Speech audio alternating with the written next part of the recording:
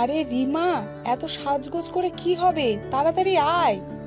মা, তুমি কোনো চিন্তা করো না, আমাকে আরেকটু সাজগোজ করতে দাও, কারণ তোমার ছেলে আর তোমার স্বামী দুই মহাপুরুষ এখনো তাদের মিটিংয়ে আছেন, আসতে অনেক সময় লেগে যাবে। তুমি এত তাড়াহুড়ো করছো কেন?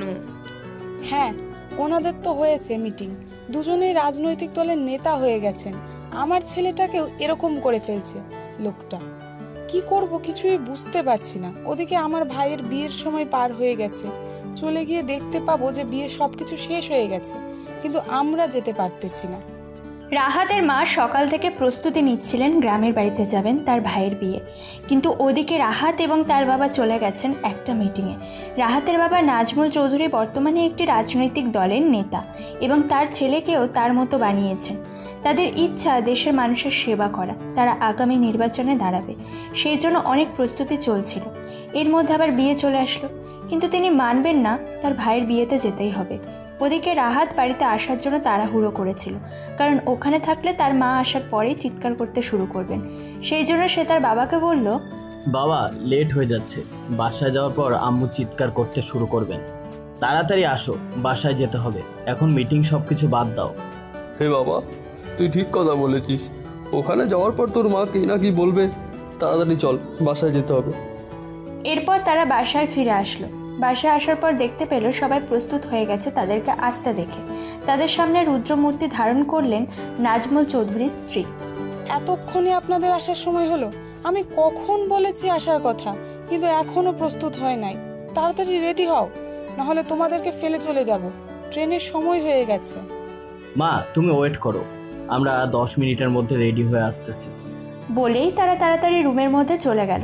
পাঞ্জাবি পরেছে, বাবা ছেলে দুজনকেই দেখতে অনেক বেশি সুন্দর লাগছে। দুজনেই সাদা পাঞ্জাবি পরেছে, দুজনকে দেখতে দুই বন্ধু মনে হচ্ছিল। নাজমুল চৌধুরী অনেক সুন্দর, সেই জন্য তার ছেলে হয়েছে তার মতোই। এরপর তারা গাড়ি করে পৌঁছে গেল স্টেশনে। ট্রেনে করে যাবে, কারণ গ্রামে যেতে হবে, গ্রামে গাড়ি নিয়ে যাওয়া সম্ভব নয়। স্টেশনে যাওয়ার পর রাহাত অনেক বেশি অবাক হলো, কারণ ট্রেনের উপরে পর্যন্ত মানুষ উঠে গেছে। ছুটির সময়, সেই জন্য মানুষ বাসায় ফেরার জন্য তাড়াহুড়ো করছে। সবাই ট্রেনের টিকিট পাচ্ছে না, সেজন্য অনেকে অনৈতিকভাবে টিকিট কিনে ট্রেনের উপরে উঠে যাওয়ার চেষ্টা করছে। বিকেল 4টের দিকে ট্রেন ছাড়লো। ট্রেনে এত বেশি ভিড় ছিল যা বলে বোঝানোর মতো নয়। সাধারণত তারা এভাবে যাতায়াত করে না, সেই জন্য সবাই অভ্যস্ত ছিল না। তখন রিমা বলল, ভাইয়া অনেক বেশি গরম লাগতেছে, কি করব? কে বলেছিল এত সাজুগুজু করতে? সাধারণভাবে গেলেই তো হতো, এত সাজুগুজু করার কি দরকার ছিল? মা, তুমি দেখছো আমরা বিয়ে বাড়িতে যাচ্ছি, এরপরেও তারা আমাকে সাজতে নিষেধ করছে। বিয়েতে যদি না সাজছি তাহলে কখন সাজবো? এটা শোনার পরে রাহাত চুপ হয়ে যায়, কারণ তার মা বকাবকি করতে শুরু করবেন। তারা যাচ্ছিল, তখন রাহাত বারবার শুধু তাকাচ্ছিল উপরে মানুষগুলোর দিকে। কি হবে এই মানুষগুলোর সাথে? যদি পড়ে যায়? ট্রেন এত গতিতে চলছে, এখান থেকে পড়ে গেলে বাঁচার কোনো আশাই নেই। ওদিকে নাজমুল চৌধুরী গম্ভীরভাবে তাকিয়েছিলেন ট্রেনের মধ্যে। অনেক খারাপ কাজ হচ্ছে, সেটা তিনি লক্ষ্য করছিলেন। মানুষের কাছ থেকে চড়া মূল্য বিভিন্ন জিনিস বিক্রি করা হচ্ছিল।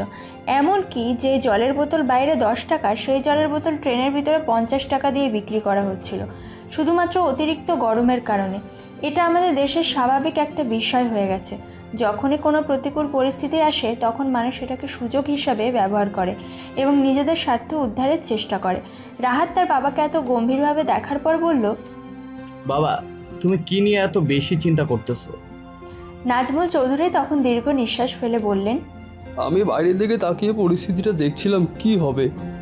আমাদের সমাজেই মানুষগুলো বিপদের মধ্যে আছে, কিন্তু তারা এটাকে সুযোগ হিসেবে ব্যবহার করে অনৈতিক কাজ করছে। এগুলো কিভাবে থামবে? বাবা তুমি কোনো চিন্তা করো না, একদিন আমরা এইসব কিছু বন্ধ করব। আমরা যদি সবাই মিলে দায়িত্ব নিতে শুরু করি, একদিন এইসব কিছু বন্ধ হয়ে যাবে। দেখতে দেখতে ট্রেনের ভিতরে 3 ঘন্টা কেটে গেল। সন্ধ্যে 7টা বেজে গেছে, অন্ধকার, কিন্তু মানুষগুলো উপরে বসে আছে। এত গতিতে ট্রেন চলছে, বারবার শুধু তারা বাইরের দিকে তাকাচ্ছিল। কিন্তু তখনই ঘটে একটি ভয়ঙ্কর ঘটনা। 3:45 ট্রেন ছাড়ার কথা ছিল, কিন্তু 15 মিনিট লেট করার কারণে অন্য একটা স্টেশন থেকে আরেকটি ট্রেন ছাড়া হয়েছে। সেটা দ্রুত গতিতে এগিয়ে আসছিল, কিন্তু ট্রেনের চালক সেটা দেখতে পাননি। তিনি তার রাস্তা দিয়ে চলছিলেন। যেহেতু এটা সড়ক নয় যে এই দিক থেকে ওই দিক দিয়ে যাওয়া যাবে, এটা ট্রেনের রাস্তা, সেই জন্য নিজের রাস্তায় চলতে হবে। ওইদিকে ওই ট্রেনের চালক এই বিষয়ে জানেন না। তিনিও তার স্বাভাবিক চলাচল করছিলেন।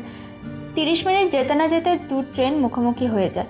আমরা সাধারণত জানি গাড়িতে যেমন হার্ড ব্রেক থাকে সেই রকম ট্রেনের মধ্যে থাকে না। ট্রেন থামাতে হলে আগে থেকে সতর্ক থাকতে হয়। ট্রেন আস্তে আস্তে থামে। যখন এই অবস্থা দেখলো তখন মানুষ চিৎকার করতে শুরু করলো। রাহাত নিজের জায়গায় বসতে পারল না, তাড়াতাড়ি চলে গেল ইঞ্জিন রুমে যেখানে চালক বসেছিলেন। তখন সে চালকের কাছে গিয়ে বলল, আরে ভাই, আপনি এটা কি করতেছেন? দেখতে পাচ্ছেন না অন্যদিক থেকে একটা ট্রেন আসতেছে? আপনি এত গতিতে ট্রেন চালাচ্ছেন কেন? তার মানেটা কি? আমি এটা থামাতে পারছি না, মনে হচ্ছে কোনো সমস্যা হয়েছে। আমি এটা ঠিক করার জন্য বলেছিলাম, কিন্তু হয়তো স্টেশনে থাকা লোকজন এটা ঠিক করেনি। আমি বিশ্রামের জন্য চলে গিয়েছিলাম, সেই জন্য এইসব কিছু খেয়াল রাখতে পারিনি, আর এখন এটা থামাতে পারতেছি না আমি। আপনি এখনো এখানে বসে আছেন কেন? তাড়াতাড়ি কল করুন স্টেশনে। স্টেশন মাস্টারকে এই বিষয়টা জানান, না হলে সমস্যা হবে। এভাবে যদি দুটো ট্রেন মুখোমুখি হয় তাহলে বুঝতে পারছেন কত মানুষের জীবন চলে যাবে। রাহাতের কথা শোনার পর ট্রেন চালক তাড়াতাড়ি করে স্টেশনে কল করেন, কিন্তু স্টেশন থেকে জানানো হয় এখন কিছুই করা সম্ভব নয়। প্রাণ বাঁচানোর জন্য মানুষ চিৎকার করছিল, কিন্তু কিছুই করার নেই। ট্রেনের মধ্যে যান্ত্রিক ত্রুটি দেখা দিয়েছে। একদিকে ট্রেনটা থামানো সম্ভব হচ্ছে না, অন্যদিকে আরও একটা ট্রেন আসছে। এটা দেখার পর মানুষ চিৎকার করে কান্না করতে শুরু করেছে। অনেকে তো জীবন বাঁচানোর জন্য ট্রেন থেকে লাফ দিয়ে দিয়েছে, যার ফলে অনেকের মাথা কেটে যাচ্ছে। কিন্তু রাহাত সহ্য করতে পারছে না, সে চিৎকার করতে শুরু করলো, সবাইকে শান্ত হওয়ার কথা বলল। কিন্তু ততক্ষণে আসল সমস্যাটা হয়ে গেছে। দুটো ট্রেন নিয়ন্ত্রণ হারিয়ে ফেলে একটা অপরটার দিকে ধেয়ে আসছে। এটা দেখার পর মানুষ লাফালাফি করতে শুরু করে। উপর থেকে মানুষ বিভিন্নভাবে লাফিয়ে পড়ার চেষ্টা করছে, যার ফলে অনেকেই সেখানে মারা যাচ্ছে। ট্রেনের মধ্যে যাত্রীর সংখ্যা 1000-এর উপরে কি হবে কেউ ভাবতেও পারছে না। এত বড় একটা ভয়ঙ্কর বিপদের মধ্যে পড়ে যাবে তারা কেউ চিন্তাও করতে পারছিল না। ট্রেনের 3 নম্বর বগিতে বসেছিল তারা, সেই জন্য তাদের ক্ষতি হওয়ার আশঙ্কাটা অনেক বেশি। এটা দেখার পর তার বাবা মায়ের কাছে যায়। সবাই অনেক বেশি চিন্তায়। বলতে না বলতে একটা ট্রেন আরেকটা ট্রেনের উপর ঝাঁপিয়ে পড়ে। আর কিছু মনে নেই।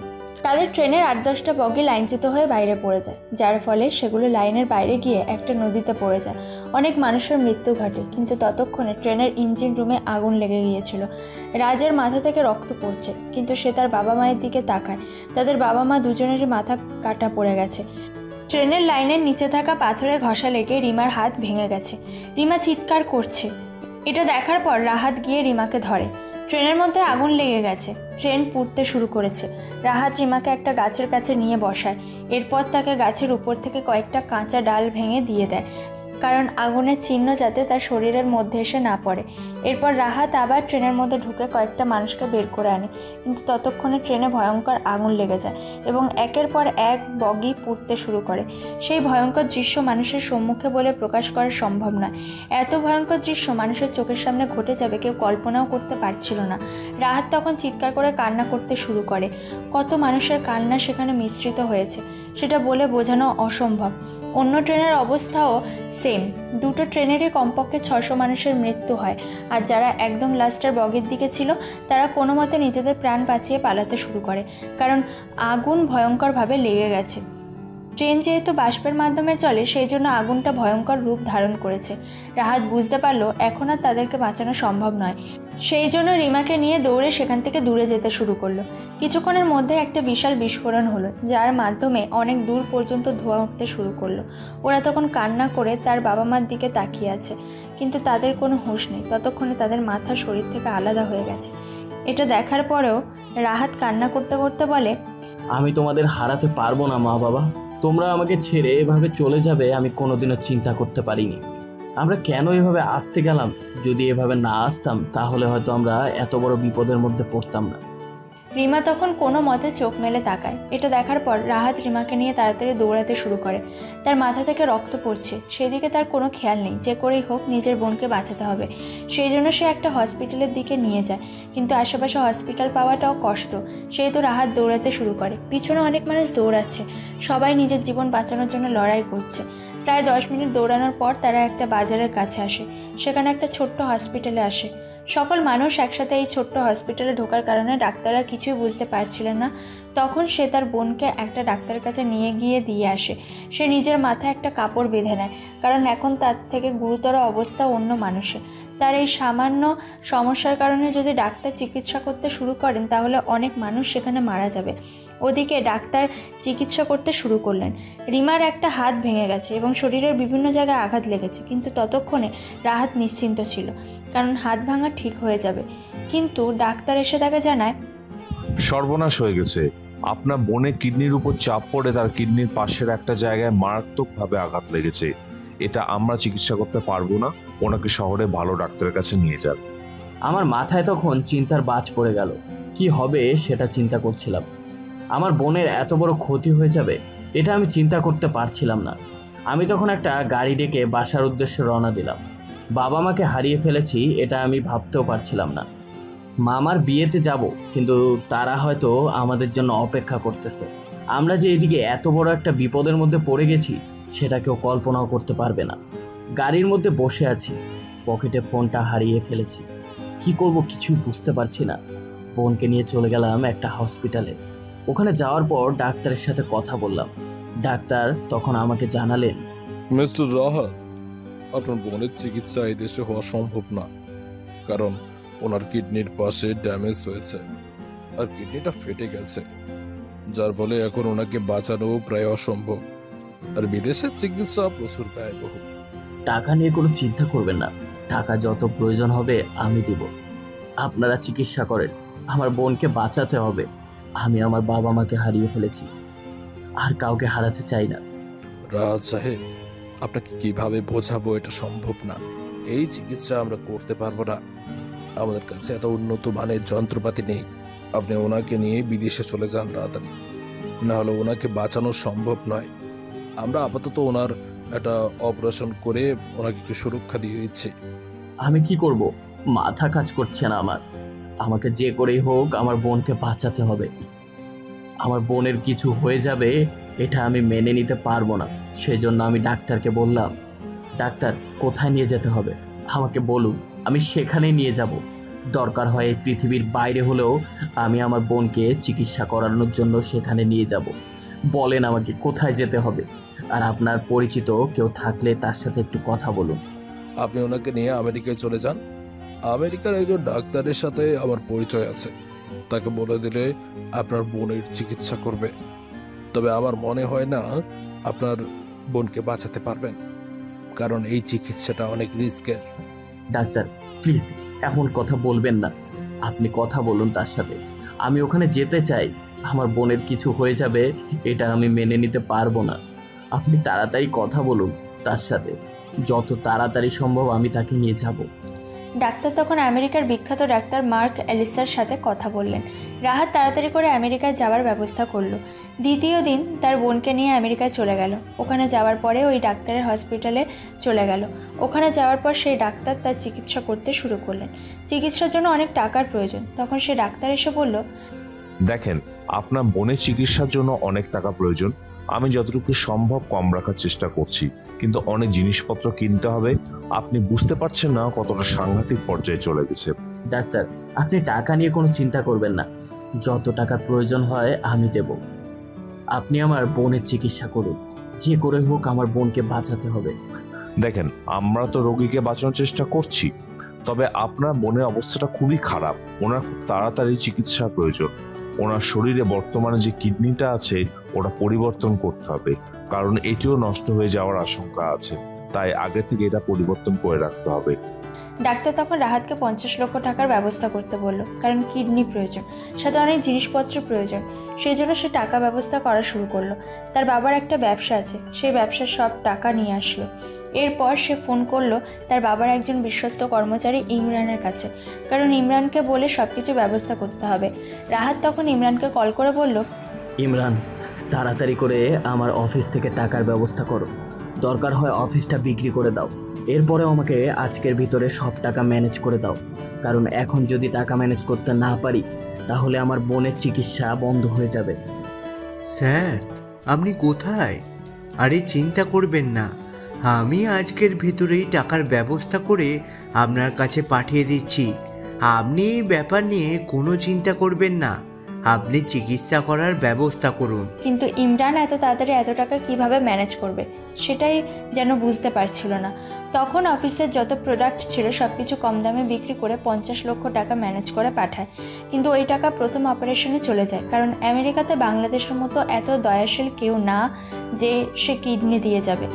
তাদের আলাদা করে স্টকের মধ্যে কিডনি রাখা হয়, যেগুলো বিক্রি করা হয়। সেখান থেকে একটা কিডনিকে নেওয়া হয়েছে এবং চিকিৎসার জন্য যেখানে থাকতে হচ্ছে সেখানে অনেক টাকা খরচ হয়ে যাচ্ছে। সব কিছুতে অনেক টাকার প্রয়োজন। ডাক্তার তখন চিকিৎসা শুরু করলেন, কিন্তু রিমার অবস্থা দিন দিন খারাপ হচ্ছিল, কারণ আঘাতটা খুবই গুরুতর ছিল। পাথর এমনভাবে ভিতরটাকে ধ্বংস করে দিয়েছে, মনে হচ্ছিল যেন ভিতরে সব কিছু নষ্ট হয়ে গেছে। রাহাত পাগল হয়ে গেছে, যে করেই হোক তার বোনকে বাঁচাতেই হবে।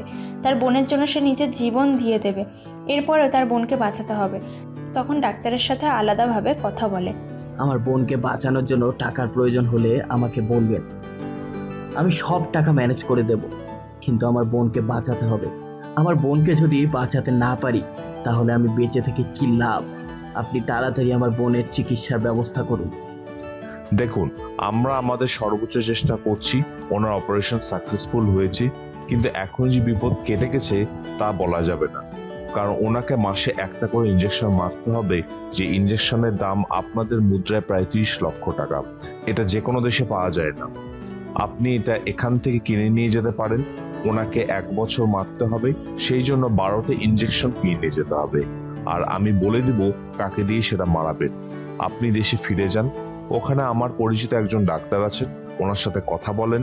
আমি তার সাথে কথা বলে আপনার পরিচয় করিয়ে দেব।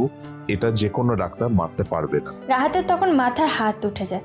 30 লক্ষ টাকা করে 12টা ইঞ্জেকশনের দাম প্রায় 3,60,00,000 টাকা। এত টাকা সে কোথায় পাবে? এখন তার কাছে কিছুই নেই যেটা সে বিক্রি করতে পারবে। তখন সে ইমরানের কাছে তাড়াতাড়ি কল করে, কারণ তার বোনকে বাঁচাতে হবে। তখন সে ইমরানকে কল করে বলে, ইমরান, তুমি তাড়াতাড়ি করে আমাদের বাড়িটা বিক্রি করার ব্যবস্থা করো। আমাদের বাড়িটা বিক্রি করলে আশা করি 4 কোটি টাকা হয়ে যাবে। এই টাকাগুলো তাড়াতাড়ি পাঠাও আমার কাছে। স্যার, আপনি কি বলছেন? আপনাদের বাড়ি বিক্রি করে দিলে আপনি কোথায় থাকবেন? এই বাড়িটা বিক্রি করে কি করবেন? এটাই তো আপনাদের শেষ সম্বল। ইমরান, আমি তোমাকে যেটা বলেছি সেটা করো। তাড়াতাড়ি বাড়িটা বিক্রি করে আমার কাছে টাকা পাঠাও। আমি তোমাকে পরে সব কিছু খুলে বলবো, কিন্তু এখন আপাতত আমার কাছে টাকাটাই পাঠাও। এরপর আমি তোমার সাথে দেশে এসে কথা বলবো। আমি এই সপ্তাহের ভিতরে দেশে আসতেছি। আচ্ছা, তাহলে আমি দেখছি কি করা যায়। এরপর ইমরান লোক খুঁজতে থাকে। এত তাড়াতাড়ি এত টাকা ম্যানেজ করা কোনো সাধারণ মানুষের পক্ষে সম্ভব নয়, কিন্তু সে অনেক কষ্ট করে একটা লোককে খুঁজে বের করেছে। অনেক বড় একজন ব্যবসায়ী। সেই বাড়িটা কিনতে রাজি হয়, কারণ বাড়িটা নাজমুল চৌধুরী নিজের স্বপ্নের মতন বানিয়েছিলেন। তার সারা জীবনের স্বপ্ন এই বাড়িটাকে নিয়ে। সেই বাড়িটা বিক্রি হয়ে যাবে, কিন্তু তিনি পৃথিবীতে নেই। তার মেয়েকে বাঁচানোর জন্য এত টাকা খরচ হবে, এটা হয়তো তিনি বেঁচে থাকলে কোনোদিন কল্পনা করতে পারতেন না। ইমরান তখন বাড়িটা বিক্রি করে রাহাতের কাছে সব টাকা পাঠায়। আমার কাছে সব টাকা চলে এসেছে। আমার মাথায় নেই যে আমাদের বাড়িটা বিক্রি হয়ে গেছে। আমার মাথায় একটাই চিন্তা সবসময় ঘুরে বেড়াচ্ছে, আমার বোনকে বাঁচাতে হবে, সেটা যে কোনো মূল্যেই হোক না কেন। এতদিন থেকে আমার বোনের মুখে কোনো কথা শুনতে পাচ্ছি না। সব সময় পাথরের মতো শুয়ে থাকতে তাকে দেখতে আমার কতটা কষ্ট হচ্ছিল সেটা বলে বোঝাতে পারবো না। তখন টাকাগুলো নিয়ে ডাক্তারের কাছে চলে গেলাম। ডাক্তার তখন ইঞ্জেকশনের ব্যবস্থা করলো এবং 12টা ইঞ্জেকশন আমার কাছে দিয়ে বলল, আশা করা যায় কালকে ভেতরে আপনার বোনের জ্ঞান চলে আসবে। আমরা সবকিছু ব্যবস্থা করে ফেলেছি। কালকে বিকালের দিকে আপনার বোনকে নিয়ে দেশে ফিরে যেতে পারবেন। আমি কথা বলেছি ডাক্তার নিশার সাথে, আপনি ওখানে গিয়ে আমার কথা বলবেন, উনি আপনার বোনের চিকিৎসা করবেন। আমি তখন তার কাছে সব টাকা দিয়ে দিলাম। এরপর তিনি আমাকে সেই ডাক্তারের ব্যাপারে সব কিছু বললেন। আমাদের দেশে থাকে। আমি তখন অপেক্ষা করতে শুরু করলাম। ডাক্তার বলেছে কালকের ভিতরে আমার বোনের জ্ঞান ফিরে আসবে, সেই জন্য আমি অপেক্ষা করতেছি। সত্যি পরের দিন বিকালের দিকে আমার বোনের জ্ঞান ফিরে আসলো। আমি তখন তার পাশে গিয়ে বসে বললাম, বোন, কিছুই হবে না, তুই কোনো চিন্তা করিস না, আমি তোকে সুস্থ করে তুলব। আমার রক্ত বিক্রি করে হলেও আমি তোর চিকিৎসা করাবো, তুই কোনো চিন্তা করিস না। কিন্তু রিমা কোনো কথা বলছিল না। এটা দেখার পর রাহাত ডাক্তারকে ডাকতে শুরু করে। ডাক্তার, আমার বোন কথা বলছে না কেন? আমার বোনের তো জ্ঞান ফিরে এসেছে, কিন্তু সে কথা বলছে না আমার সাথে, না কথা বলতে চাইছে না। কোনটা? আস্তে আস্তে সবকিছু ঠিক হয়ে যাবে মিস্টার রাহাত, আপনি কোনো চিন্তা করবেন না। আপনার বোনের আঘাতটা অনেক ভয়ঙ্কর, সেই জন্য এটা কাটিয়ে উঠতে অনেক সময়ের প্রয়োজন। আপনি আপনার বোনকে দেখে নিয়ে যান, আশা করা যায় উনি খুব তাড়াতাড়ি কথা বলতে পারবেন। রাহাত তখন কান্না করতে শুরু করে। তার বোন কত সুন্দর করে কথা বলতো, কিন্তু এখন কথা বলতে পারবে না। রিমা শুধু তাকিয়েছিল রাহাতের দিকে, কিন্তু কোনো কথা বলতে পারছে না। তখন তার বোনকে দেশে নিয়ে যাওয়ার ব্যবস্থা করে। পরের দিন তারা দেশে ফিরে আসে। এখন যে করেই হোক তাকে আগে সেই ডাক্তারের সাথে দেখা করতে হবে। সেই জন্য সেই ডাক্তারের ঠিকানা অনুযায়ী চলে যাবে। যখন দেশে ফিরে আসলো তখন তার মাথায় চিন্তা আসলো, সে তো তার বাড়িটা বিক্রি করে দিয়েছে, এখন সে কোথায় গিয়ে উঠবে? তাদের সর্বস্ব হারিয়ে গেছে, টাকা পয়সা বাড়ি গাড়ি যত কিছু ছিল সব কিছু বিক্রি করে দিয়েছে। এখন তারা কোথায় উঠবে? তখন সে ইমরানের সাথে দেখা করে। স্যার, আমি আপনার কাছে রিকোয়েস্ট করছি, আপনি আমার বাসায় চলে আসুন। আমার বাসায় কেউ নেই, শুধু আমি থাকি। আপনি প্লিজ আমার বাসায় চলে আসুন না, না করবেন না। আমি তখন কি করব কিছুই বুঝতে পারছি না, কারণ এখন তার বাসায় যাওয়া ছাড়া আর কোনো উপায় নেই, কারণ আমার কাছে কিছুই নেই। আমি তখন তাকে বললাম, আচ্ছা ঠিক আছে, তো চলো। এরপর সে ইমরানের কাছে চলে গেল। ইমরানের বাসাটা অনেক ছোট, একজন মানুষের জন্য আর কত বড় ঘরের প্রয়োজন। ছোটোখাটো একটা রুম ছিল, সেখানে তাদেরকে ইমরান থাকতে দেয়। ওদিকে রাহাতের মাথায় এসব চিন্তা কিছুই ঘুরছিল না। ওই ডাক্তারের সাথে কথা বলতে হবে, সেই জন্য সে ডাক্তারের ঠিকানা মতো চলে যায়। ওখানে যাওয়ার পর দেখতে পায় একটা সরকারি হসপিটাল, অনেক বড়। ভিতরে ঢুকে সে ডাক্তারকে খুঁজতে শুরু করে। কিছুক্ষণ পরে একজন লোক তাকে সেই ডাক্তারের কাছে নিয়ে যায়। ডাক্তার যে একটা মেয়ে তার নাম শুনে সেটা বোঝা যাচ্ছে। তখন সে সেই ডাক্তারের কেবিনে প্রবেশ করে। চোখে একটা চশমা পরা একটা সুন্দরী মেয়ে বসে আছে।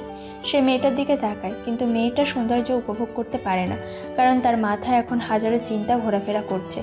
এদিকে নিশা তখন তার কেবিনে বসেছিল। সে বাংলাদেশের বর্তমানে শীর্ষস্থানীয় যতজন ডাক্তার আছেন তাদের মধ্যে একজন। আমেরিকার সেই ডাক্তারের কাছে তার অনেকদিন থাকা হয়েছিল সেই ডাক্তারের অ্যাসিস্ট্যান্ট হিসেবে। এরপর সে দেশে ফিরে আসে। এখন সে অনেক বড় বড় কাজ করে, যে কারণে তাকে দেশে আসার পর সরকারিভাবে নিয়োগ দেওয়া হয়। রাহাতকে দেখে ডাক্তার বলে ওঠে, আচ্ছা, তো আপনি মিস্টার রাহাত? আমাকে ডক্টর এলিস বলেছেন আপনাদের ব্যাপারে। কণ্ঠ শুনে আমি ডান দিকে তাকালাম, এরপর ডান দিকে তাকিয়ে বললাম, প্লিজ আমার বোনকে বাঁচান, যা করার হয় করুন, দরকার হয় আমার রক্ত বিক্রি করে দেব, এরপরও আমার বোনকে চিকিৎসা করুন, আমি সব কিছুর ব্যবস্থা করে এনেছি। আমি তখন সেই ছেলেটার দিকে তাকিয়ে থাকলাম। ছেলেটা কান্না করে কথাগুলো বলছিল। আমি বুঝতে পারছিলাম বোনের প্রতি ভাইয়ের অকৃত্রিম ভালোবাসা। পৃথিবীতে খুব কম ভালোবাসা আছে যেগুলো সত্যিকারের হয়ে থাকে। এর মধ্যে একটা ভালোবাসা হলো ভাইয়ের প্রতি বোনের ভালোবাসা। এই ভালোবাসাটা প্রকাশ করবার মতো নয়, এটা উপলব্ধি করার মতো। আমি তখন তার দিকে মুগ্ধ দৃষ্টিতে তাকিয়ে সে ছেলেটাকে দেখছি। অসম্ভব সুন্দর, কিন্তু মুখের অবস্থা দেখে মনে হচ্ছে অনেক দিন চিন্তায় ছিল। আমি তখন তাকে বললাম, আপনি চিন্তা করবেন না, আমি আমার সর্বোচ্চ চেষ্টা করব। আমাকে ডক্টর বলেছেন সব কিছু, আমি সময় মতো আপনার ঠিকানায় চলে যাব। আপনি কোথায় থাকেন সেটা আমাকে বলবেন। ডক্টর, আমার সব শেষ হয়ে গেছে। আমার বাবা মা দুজনে ট্রেন অ্যাক্সিডেন্টে মারা গেছে। আমার বাবা ছিলেন বিশিষ্ট রাজনীতিবিদ এবং ব্যবসায়ী নাজমুল চৌধুরী। আমাদের অনেক বড় বাড়ি ছিল, কিন্তু আমার বোনের চিকিৎসার জন্য সব কিছু বিক্রি করে দিয়েছি। বর্তমানে আমাদের একজন কর্মচারী, তার একটা ছোট্ট ঘরে আমি থাকি। সেখানকার ঠিকানা আমি আপনাকে দিয়ে দিচ্ছি, দয়া করে চলে আসবেন। আমি তখন তার দিকে তাকিয়ে আছি। নিজের বোনকে বাঁচাতে সব কিছু শেষ হয়ে গেছে তার। আমি তখন তার দিকে তাকিয়ে বললাম, আপনি কোনো চিন্তা করবেন না, আমি সময় মতো চলে আসব। আপনার বোনের শরীর এখনও পুরোপুরি ঠিক হয়নি, 3 দিন পরে আপনার বোনের ইনজেকশন দিব। এখন আপনি চলে যান। রাহাত সেই ডাক্তারের সাথে আর কিছুক্ষণ কথা বলে ফিরে আসে। ডক্টর এলিস তাকে বলেছে এই ইনজেকশন যে মারবে তাকে অনেক টাকা দিতে হবে, কিন্তু তার কাছে অবশিষ্ট মাত্র কিছু টাকা পড়ে আছে। সব টাকা খরচ হয়ে গেছে। এখন এত টাকা সে কিভাবে ম্যানেজ করবে? কিন্তু সে যে করেই হোক তার বোনকে বাঁচাতে চায়, সেজন্য ব্যবস্থা করবে। ওদিকে নিশা তখন নিজের কেবিনে বসে কোনো কাজ করতে পারছে না, শুধু ছেলেটার কথা মনে হচ্ছিল। এরকম ভালোবাসা সত্যি দেখা যায় না। নিশা তার বাবা মায়ের একমাত্র সন্তান।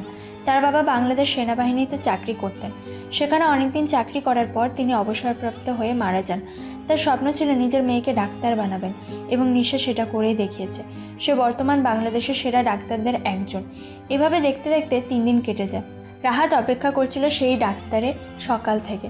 তার বোনকে ঠিক করতে হবে। তার বোনের অবস্থা আগের থেকে একটু উন্নতি হয়েছে, কিন্তু এখনও কথা বলতে পারে না। এই জন্য সে সব সময় কান্না করে। ওদিকে ইমরান এই অবস্থা দেখে অনেক বেশি কষ্ট পেয়েছে। সে ভাবতেও পারেনি তাদের এমন অবস্থা হবে। যে মানুষগুলো 1 সপ্তাহ আগেও কোটিপতি ছিল, আজকে তাদের কোনো অস্তিত্ব নেই। যেখানে তারা দামি গাড়ি ছাড়া বের হতো না, সেখানে আজ তারা খাবারের টাকাটা পর্যন্ত ম্যানেজ করতে পারছে না। রাহাত অতিরিক্ত টাকা খরচ করছে না, কারণ তার বোনের চিকিৎসার জন্য আগামীতে যদি আরও বেশি টাকার প্রয়োজন হয় তাহলে সেটা কিভাবে ম্যানেজ করবে। সেই জন্য অবশিষ্ট টাকাগুলো সে রেখে দিয়েছে। ওদিকে নিশা সকালে ঘুম থেকে উঠে দেখে অনেক বেশি লেট হয়ে গেছে। রাতে লম্বা ডিউটি করেছে, সেই জন্য অনেক লেট হয়ে গেছে। তাড়াতাড়ি সে উঠে, কারণ সেই ছেলেটার দেওয়া ঠিকানায় যেতে হবে। ওই ছেলেটার বোনকে ইঞ্জেকশন দিতে হবে। সেই জন্য সে তাড়াতাড়ি করে ব্রেকফাস্ট করতে বসে। তখন তার মা বলে, তুই এত তাড়াহুড়ো করে কোথায় যাচ্ছিস? আজকে না তোর অফ ডে, তুই বাসায় থাকবি। এত তাড়াহুড়ো করে কোথায় যাচ্ছিস? মা, আমি তোমাকে কিভাবে বলবো, এমন একটা জিনিস দেখেছি যে আমি বলে প্রকাশ করতে পারছি না। বোনের প্রতি ভাইয়ের ভালোবাসা এমন হতে পারে আমি কোনোদিনও ভাবতে পারিনি। একটা ছেলে তার বোনের চিকিৎসা করার জন্য সব কিছু বিক্রি করে দিয়েছে। তার বাবা অনেক বড় একজন রাজনীতিবিদ ছিলেন, অনেক ধনী ছিলেন, কিন্তু তারা একটি ট্রেন অ্যাক্সিডেন্টের শিকার হয়, যেখানে তাদের বাবা মা দুজনই মারা যান। এরপর সেই বোনটার অনেক বড় একটা অসুখ, সেটা চিকিৎসার জন্য প্রায় 4 কোটি টাকার প্রয়োজন। ছেলেটা সেই টাকা ম্যানেজ করবার জন্য তাদের ঘর বাড়ি সব কিছু বিক্রি করে দিয়েছে। এখন তারা তাদের একজন কর্মচারীর বাসায় থাকতেছে। ওই ছেলেটার বোনকে আজকে ইঞ্জেকশন দিতে হবে, সেই জন্য যাচ্ছি। এই কথা শোনার পর তার মা তার দিকে তাকিয়ে থাকেন। কি বলবেন কিছুই বুঝতে পারছেন না। মানুষ কতটা অসহায় হলে এমন করতে পারে। তখন তিনি তার মেয়েকে বলেন, মা, তুই ওই ছেলেটার কাছ থেকে কোনো টাকা আনবি না। ছেলেটা এমনিতেই অসহায় অবস্থায় পড়ে আছে। ওর কাছ থেকে এখন টাকা আনলে অন্যায় হবে। পারলে তাকে আরো সহযোগিতা করে আসবি। তার কাছ থেকে কোনো টাকার আশা করবি না, কারণ সবসময় টাকা দিয়ে সবকিছু পাওয়া যায় না। মা, তুমি চিনো আমি কিরকম। আমি আগে থেকেই চিন্তা করে রেখেছি ছেলেটার কাছ থেকে কোনো টাকা আনবো না, তুমি চিন্তা করো না। এরপর আমি যেতে শুরু করলাম সেই ছেলেটার ঠিকানায়। ওখানে যাওয়ার পর দেখলাম একটা বাসা, খুবই ছোটখাটো। আমি তখন নক করলাম। তাড়াতাড়ি করে কেউ একজন খুলে দিল। মনে হচ্ছিল যেন দরজার পাশে বসেছিল আমার আসার অপেক্ষায়। আমি তখন সেই ছেলেটার দিকে তাকালাম। অনেক চিন্তিত দেখাচ্ছিল তাকে। আমি তখন তাকে জিজ্ঞাসা করলাম, কি ব্যাপার, কেমন আছেন? আপনার বোনের কি অবস্থা? জি, আমার বোনের অবস্থা আগের থেকে ভালো আছে, কিন্তু আমার বোন কোনো কথা বলতে পারছে না। আমি আমার বোনের কণ্ঠ শুনতে পারছি না অনেক দিন হলো। আমার অনেক বেশি কষ্ট হচ্ছে। আপনি তাড়াতাড়ি কিছু একটা করুন। আরে, আপনি এত উত্তেজিত হবেন না। আপনার বোন আস্তে আস্তে কথা বলতে পারবে, কিন্তু এখনো অপেক্ষা করতে হবে। ওনার শরীরের অবস্থা এখন অনেক খারাপ। ছেলেটা কান্না শুরু করেছে। আমি তখন তার দিকে তাকিয়ে বললাম, প্লিজ আপনি কান্না করবেন না। আপনাকে শান্ত হতে হবে, আপনাকে ধৈর্য ধরতে হবে। আপনার বোনের অসুখটা অনেক বড়, সেটা সেরে উঠতে গেলে অনেক দিনের প্রয়োজন। তখন নিশা গিয়ে একটা ইঞ্জেকশন বের করলো। এরপর খুবই সতর্কতার সাথে সেই মেয়েটার শরীরে সেটা পুশ করলো।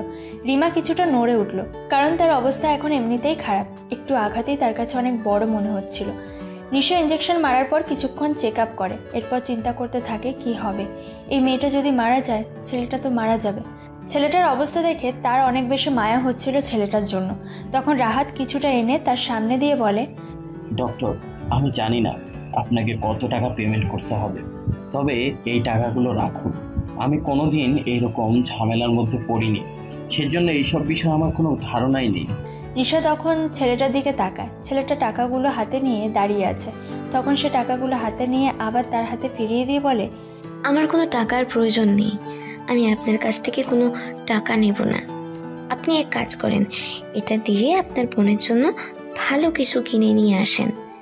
এ টাকা আমার লাগবে না, আমি সময় করে আপনার বোনকে এসে দেখে যাব। শুধু যে মাসে ইঞ্জেকশন মারতে আসবো তা না, আমি সময় পেলেই আপনার বোনকে এসে দেখে যাব। এই কথা শোনার পর আমি ডাক্তারের দিকে তাকালাম। তার মন এত ভালো আমি কল্পনাও করতে পারিনি। সাধারণত তারা টাকার জন্য কাজগুলো করে, সে টাকা নিবে না কেন? তখন তাকে বললাম, এটা আপনার পেমেন্ট, আপনি কেন নেবেন না? আপনার প্রফেশনের জায়গা থেকে এই টাকাটা নেওয়া আপনার জন্য ঠিক আছে, আপনি এই টাকাটা নিয়ে নিন। আমি বললাম না আমার টাকার কোনো প্রয়োজন নেই। অনেক সময় এমন আছে যে টাকা ছাড়াও সব কিছু হয়ে যায়। টাকাই যে জীবনের সব কিছু, এটা কোনোদিনও চিন্তা করবেন না। আমি মানবতার জায়গা থেকে আপনাকে সহযোগিতা করতেছি, তাই প্লিজ আমাকে টাকা নিতে রিকোয়েস্ট করবেন না। এই কথা শোনার পর আমি তার দিকে তাকালাম। ইমরান আমার পাশে দাঁড়িয়ে আছে। আমি তখন তার সাথে আরও বেশ কিছুক্ষণ কথা বললাম। তিনি বললেন তার সময় হলে এখানে আসবেন। আমি তখন অনেক বেশি খুশি হলাম, কারণ আমার বোনের যদি এরকম চেক আপের মধ্যে রাখতে পারি তাহলে বোন খুব তাড়াতাড়ি আমার সুস্থ হয়ে যাবে। এরপর তিনি চলে গেলেন। আমি তখন বসে আছি। ইমন আমার কাছে এসে বলল, স্যার, আমাদেরকে এভাবে বসে থাকলে চলবে না, আপনাকে কিছু একটা করতেই হবে। আপনি বাবার দল তো প্রায় শেষ হয়ে গেছে, ওনার অনুপস্থিতিতে সব কিছু বন্ধ হয়ে গেছে। হ্যাঁ, এখন কি করবেন? আমি এইসব বিষয় নিয়ে এখন চিন্তা করতে চাই না। আমার বোনের আগে সব কিছু ঠিক হোক, তখন আমি এইসব বিষয় নিয়ে চিন্তা করব। এখন এইসব বিষয় নিয়ে চিন্তা করার কোনো সময় আমার কাছে নেই। স্যার, আপনি এটা কি বলছেন? সামনে নির্বাচন, এই নির্বাচনের আগে যে কোনো কিছু একটা করতেই হবে। হয়তো আপনাকে ওই দলটা ফিরিয়ে আনতে হবে, না হলে নিরপেক্ষভাবে আপনাকে নির্বাচন করতে হবে। আমিও সেই বিষয়টা নিয়ে চিন্তা করছিলাম ইমরান, কিন্তু আমার হাতে এখন সময় নেই। আমি আমার বোনকে নিয়ে অনেক বেশি ব্যস্ত। এখন এইসব ঝামেলার মধ্যে গিয়ে নিজের জীবনটা শেষ করে দিতে চাই না। তবে আমি আর ওই দলটা ফিরে আসবো না। এখন নির্বাচন করলে আমি নিরপেক্ষভাবে নির্বাচন করব। কিন্তু স্যার, কালকে আরিফ সাহেব আমার কাছে কল করেছিলেন। উনি বলেছেন ওনার দলের হয়ে আপনি নির্বাচন করতে পারবেন, দল আপনার সব খরচ বহন করবে।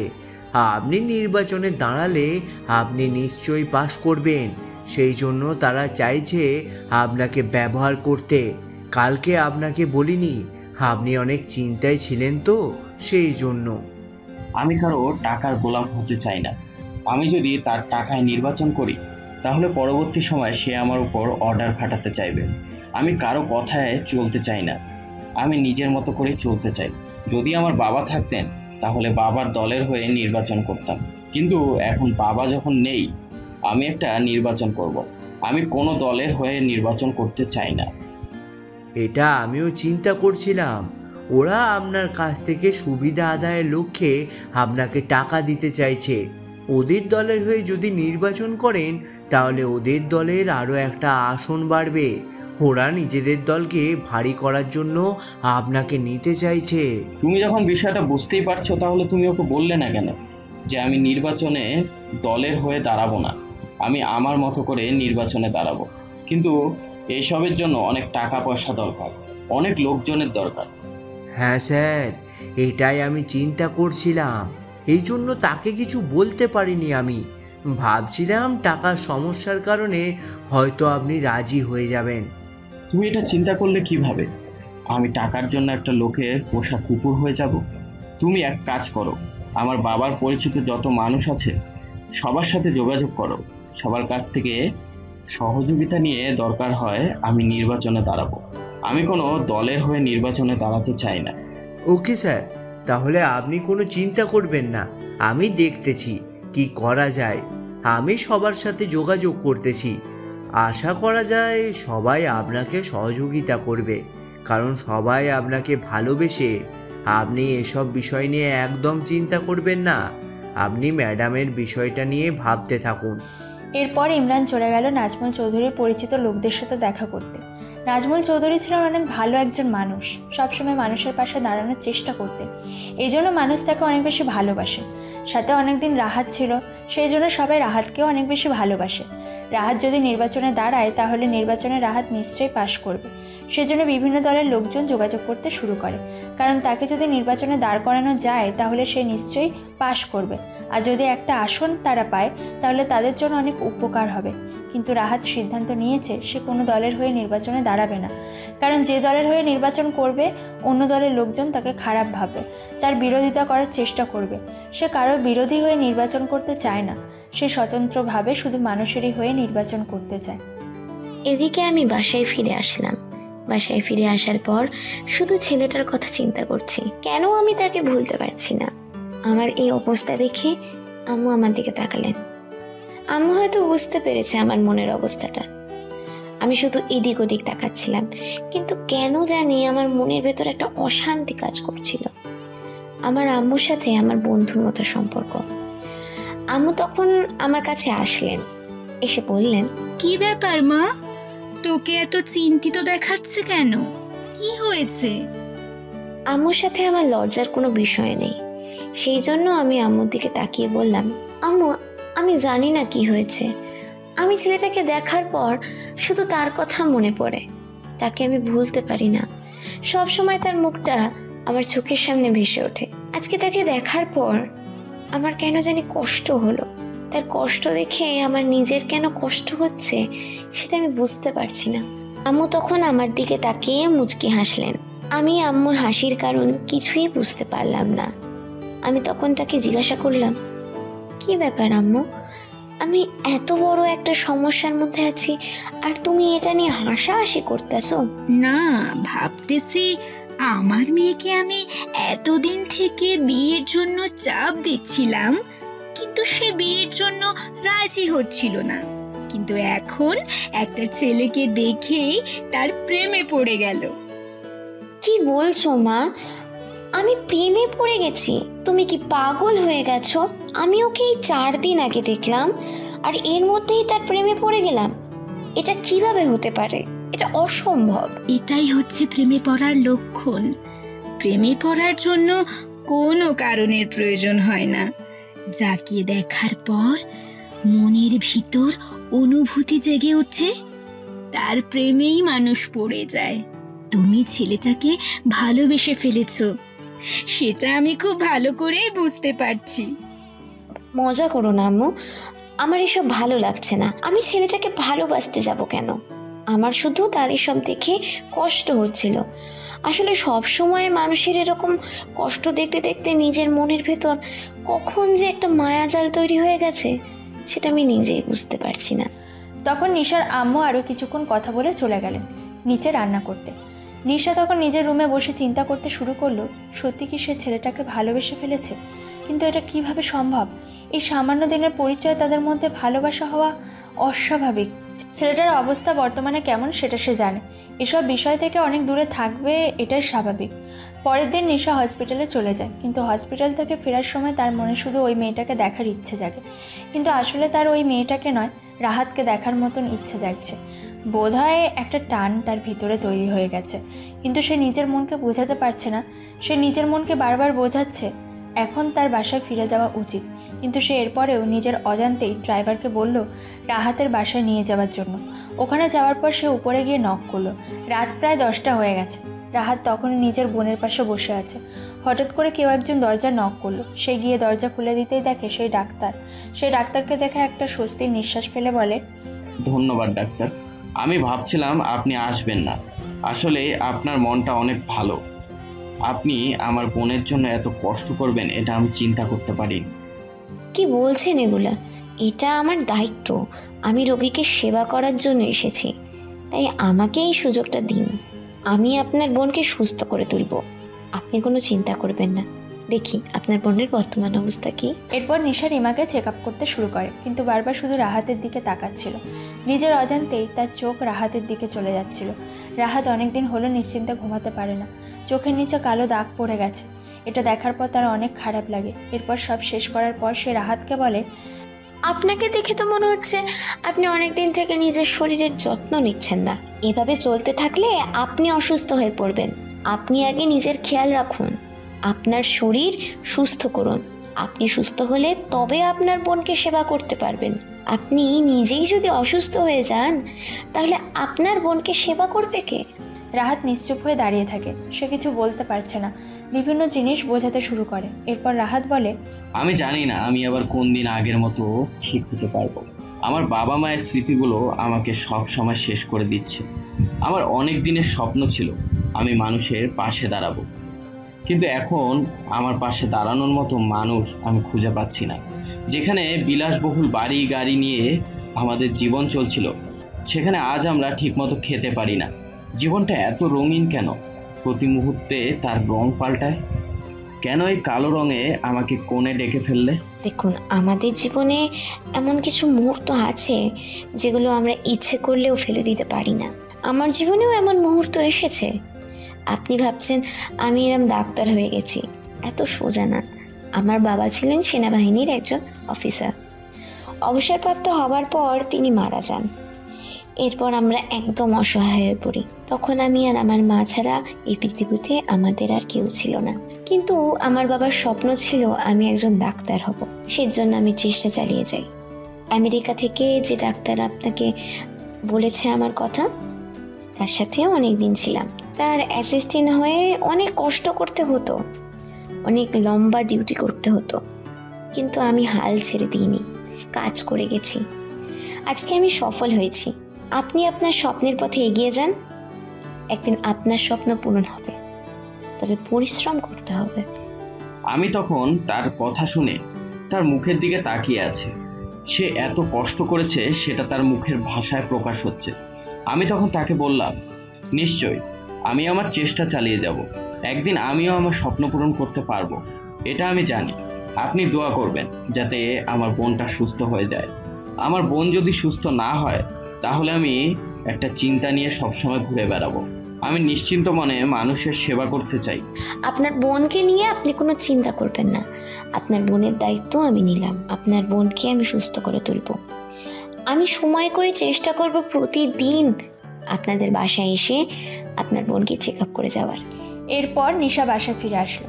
সে জানে না কেন এই কথাটা বলল, সে প্রতিদিন আসতে পারবে কিনা সেটা সে নিজেও জানে না, কিন্তু এই কথাগুলো তার মুখ থেকে এমনি এমনি বের হয়ে যাচ্ছে। সে ইচ্ছা করলেও তার মুখকে আটকে রাখতে পারছে না, কারণ একটা আকর্ষণ তৈরি হয়ে গেছে রাহাতের প্রতি। বাসায় ফিরে যাওয়ার পর ঠিকমতো ঘুমাতে পারে না। এভাবে দেখতে দেখতে এক সপ্তাহ ঠিক কেটে গেল। প্রতিদিন নিশা সময় করে চলে যায় রিমার চিকিৎসা করার জন্য। সেখানে গিয়ে অনেকক্ষণ বসে গল্প করে, কিন্তু রাহাতের মুখটা দেখে তার অনেক বেশি কষ্ট হয়। রাহাত তখন নিজের বোনের পাশে বসেছিল। হঠাৎ করে চোখটা লেগে এসেছে। সে বুঝতেও পারেনি, কিন্তু হঠাৎ করে একটা শব্দ তার কানের মধ্যে ভেসে ওঠে। ভাইয়া, আমি কথা বলতে পারতেছি, তুমি আমার দিকে তাকাও। রাহাত এই কথা শোনার পর তাড়াতাড়ি করে উপরে তাকায়, দেখে রিমা কথা বলছে। এটা দেখার পর রাহাত চিৎকার করতে শুরু করে। সে আনন্দে রিমাকে জড়িয়ে ধরে। তার চিৎকার শুনে ইমরানও চলে আসে। ইমরান এসে রিমার দিকে অবাক দৃষ্টিতে তাকিয়ে আছে। সে অনেকদিন আগে থেকে রিমাকে ভালোবাসে, কিন্তু একজন কর্মচারী হয়ে কিভাবে মালিকের মেয়েকে ভালোবাসার কথা বলবে। কিন্তু সে চেষ্টা করে সবসময় রিমাকে খুশি রাখার। রিমার এই অবস্থা দেখার পরে ইমরান কতদিন যে আড়ালে কান্না করেছে সেটা কেউ চিন্তা করতে পারবে না, কিন্তু কারোর সামনে কান্না করতে পারে না, কারণ সবাই ভাবে খারাপ কিছু। কিন্তু সে রিমাকে কোনোদিন কোনো অশুভ ছায়ার হাতে পড়তে দেবে না। সে সব সময় আগলে রাখার চেষ্টা করবে। যদিও তার ভালোবাসা পূর্ণতা পাওয়ার কোনো সুযোগ নেই, এরপরেও সে চেষ্টা চালিয়ে যাবে। হয়তো সে পাবে না, কিন্তু আড়ালে থেকে ভালোবেসে যাবে। রাহাত তখন তার বোনকে জিজ্ঞেস করে, বোন, তুই কথা বলতে পারতেছিস? তোর কোনো কষ্ট হচ্ছে না তো? আমাকে বল কি হয়েছে। রিমা তখন অবাক হয়ে তার দিকে তাকিয়ে আছে। তার ভাইয়ের অবস্থা দেখে সে স্তব্ধ। সে জানে এতদিন কি হয়েছে, কিন্তু সে সেটা মুখে বলতে পারছিল না, শুধু মনে মনে কান্না করছিল। তার চোখের পানি শুকিয়ে গেছে। তখন সে রাহাতকে জড়িয়ে ধরে বলল, ভাইয়া, আমি কথা বলতে পারতেছি, তুমি কোনো চিন্তা করো না, আমার কোনো কষ্ট হচ্ছে না, আমি খুব তাড়াতাড়ি সুস্থ হয়ে যাব। কিন্তু তোমার এই অবস্থা দেখে আমার কষ্ট হয় না বুঝি? তুমি কেন নিজের খেয়াল রাখলে না? আমাকে নিয়ে সবসময় ব্যস্ত থাকো কেন? তুমি নিজের খেয়াল রাখলে না কেন? পরে কিন্তু আমি নিজের ক্ষতি করে ফেলবো। না বোন, এরকম কথা বলিস না। আমি নিজের খেয়াল রাখবো, তুই কিছু চিন্তা করিস না। এরপর সে আনন্দে দৌড়ে বাইরে চলে যায় তার বোনের জন্য কিছু খাবার নিয়ে আসার জন্য। এরপর সে বাইরে গিয়ে তার বোনের পছন্দের সব কিছু কিনতে শুরু করে। ওদিকে ইমরান দাঁড়িয়ে আছে, এটা দেখে রিমা বলে, ইমরান ভাই তুমি দাঁড়িয়ে আছো কেন, বসো। রিমার কথা ইমরান কিছুটা বাকরুদ্ধ হয়ে যায়, কারণ সে এতদিন থেকে রিমার কণ্ঠ শোনার জন্য অপেক্ষা করছিল। রিমা যখন ঘুমিয়ে যেত তখন ইমরান আড়াল থেকে রিমাকে দেখত। এটা রিমা লক্ষ্য করেছে। রিমা ইমরানকে পছন্দ করে অনেক বেশি, কিন্তু বলতে পারে না। তখন সে সাহস করে বলে ফেলে, ইমরান ভাই আমি কিন্তু লক্ষ্য করেছি, আমি যখন ঘুমিয়ে যেতাম তখন তুমি আমার পাশে দাঁড়িয়ে থাকতে। আমি প্রথম কয়েকদিন বুঝতে পারিনি, এরপর যখন বুঝতে পারলাম তখন আমি চোখ বন্ধ করে শুয়ে রইতাম। তুমি কি আমাকে পছন্দ করো? এই কথা শোনার পর ইমরান কি বলবে বুঝতে পারে না, সে শুধু তাকিয়ে আছে। তাহলে কি রিমা বুঝে গেল সব কিছু? তখন সে সাহস করে বলে ফেলে, ম্যাডাম আমাকে ক্ষমা করে দিবেন, তবে আমি আপনাকে কথাটা বলতে চাই। আমি আপনাকে ভালোবাসি, কিন্তু আপনাকে বলতে পারি না। আপনার এই অবস্থা দেখে আমি অনেক কষ্ট পেয়েছি, সেই জন্য আপনাকে আমার বাসায় নিয়ে এসেছি। প্লিজ আপনি আমাকে ক্ষমা করে দিবেন। আমি আপনাকে দেখার লোভ সামলাতে পারিনি, সেজন্য তাকিয়ে থাকতাম। তুমি একজন সাধারণ কর্মচারী হয়ে মালিকের মেয়েকে ভালোবাসার কথা কিভাবে বলতে পারলে? তোমার সাহস তো কম না। তুমি কি ভেবেছিলে আমি এই কথাগুলো বলবো না? ইমরান ভাই আমিও তোমাকে অনেক ভালোবাসি। এই কথা শোনার পর ইমরানের আনন্দ দেখে কে? সে এতদিন থেকে যাকে নিয়ে স্বপ্ন দেখেছে সে আজ নিজের মুখে বলেছে যে সে তাকে ভালোবাসে। ইমরান তখন হাসতে হাসতে বলে, ম্যাডাম আপনি জানেন কি আপনার এই দুষ্টুমিগুলো আপনাকে ভালোবাসতে আমাদের কতটা আকর্ষিত করেছে? আমি আপনাকে চিরদিনের হাসি খুশি দেখতে চাই। আপনার অসুস্থতা আমাকে কতটা কষ্ট দিয়েছে সেটা আমি বলে বোঝাতে পারবো না। আমি জানি না আমি কোনোদিন সুস্থ হতে পারবো কিনা, তবে তুমি যে আমাদের এই দুঃখের সময় পাশে ছিলে এটা আমাকে তোমার প্রতি আরো আকৃষ্ট করেছে। আমি চাই তোমাকে সারা জীবন আমার কাছে রাখতে। টাকা দিয়ে সব কিছু কেনা যায় না ম্যাডাম, আসলে সত্যিকারের ভালোবাসা পেতে হলে টাকা ছাড়া ভালোবাসতে হয়। কারণ আমি আপনাদের কাছ থেকে বিপদের সময় যে সহযোগিতাগুলো পেয়েছি সেগুলো আমি ভুলতে পারিনি। আমি অকৃতজ্ঞতা করতে পারিনি আপনাদের সাথে। ঠিক তখনই রাহাত রুমের মধ্যে প্রবেশ করে, সেই জন্য ইমরান কিছুটা সরে যায়। রাহাত তার বোনকে নিজের হাতে খাবার খাওয়ায়। তার বোনের এমন অবস্থা দেখে সে অনেক বেশি খুশি ছিল, কারণ তার বোনকে সে সুস্থ দেখতে চায়। পরের দিন ইমরানের সাথে দেখা করে আরিফ সাহেব রাহাতের সাথে দেখা করার জন্য রাহাতের বোনকে দেখার নাম করে কিছু উপহার সামগ্রী নিয়ে রাহাতের বাসায় আসেন। এটা দেখার পর রাহাত কিছুটা অবাক হয়। তখন আরিফ সাহেব রাহাতের কাছে এসে বলেন, রাহাত সাহেব, আমি আপনার অবস্থা থেকে সত্যি অনেক বেশি কষ্ট পাচ্ছি, তবে আপনি কোনো চিন্তা করবেন না। আপনি আমার দলের হয়ে নির্বাচন করতে পারেন। আমি আপনাকে আর্থিকভাবে সব রকমের সহযোগিতা করব। তখন আরিফ সাহেবের দিকে তাকালাম। আমি জানতাম তিনি অন্য কোনো কারণে এসেছে। আমার বোনকে দেখার জন্য তিনি আসবেন এরকম সস্তা লোক উনি নন। অনেক ব্যস্ত মানুষ উনি, কিন্তু এরকমভাবে আসবে সেটা আমি কল্পনাও করতে পারিনি। আমি তখন তার দিকে তাকিয়ে বললাম, আপনি যদি ভাবেন আপনার এই কথায় আমি রাজি হয়ে যাব তাহলে আপনি ভুল ভাবছেন। আপনি কি ভাবছেন আমি আর্থিক দুর্বল? সেই সুযোগ নিয়ে আপনি আমাকে ব্যবহার করবেন? আমি কোনোদিনই রাজি হব না। রাহাত সাহেব, আপনি কেন বুঝতে পারছেন না? আপনার বাবা ছিলেন একজন সংগ্রামী রাজনৈতিক নেতা। আপনি যদি নির্বাচনে দাঁড়ান তাহলে নিশ্চয়ই পাশ করবেন, এবং আপনি আমার দলের হয়ে নির্বাচন করলে আপনার কোনো চিন্তাই করতে হবে না। আমার লোকজন সব কিছু করবে। আমার বাবা একজন সৎ রাজনৈতিক নেতা ছিলেন। তিনি কখনো কোনো লোকজন নিয়ে কাজ করার চিন্তাও করেননি।